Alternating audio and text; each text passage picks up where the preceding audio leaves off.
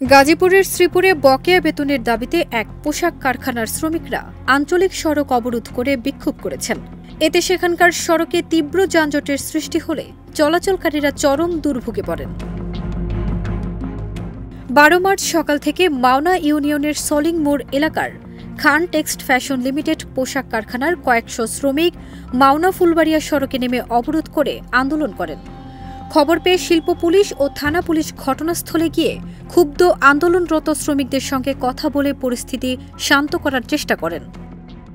দেশ জুড়ে তোলপাড় ওয়ালটন ফ্রিজ কিনে আপনিও হয়ে যেতে পারেন মিলেনিয়ার। বিক্ষুব্ধ শ্রমিকদের দাবি, তাদের ২ মাসের বেতন বকেয়া পড়ে আছে।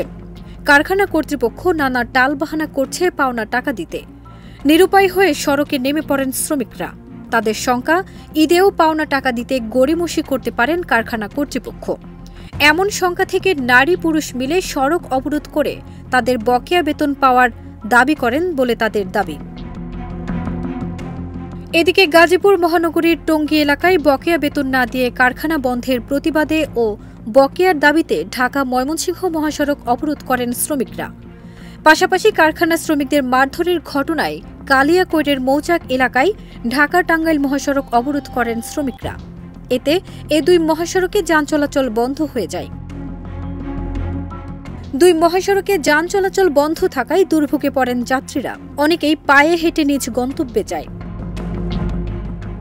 গাজীপুর শিল্প পুলিশের ওসি আব্দুল লতিফ জানান, খবর পেয়ে শিল্প ও থানা পুলিশ বিক্ষুব্ধ শ্রমিকদের সঙ্গে কথা বলেছে।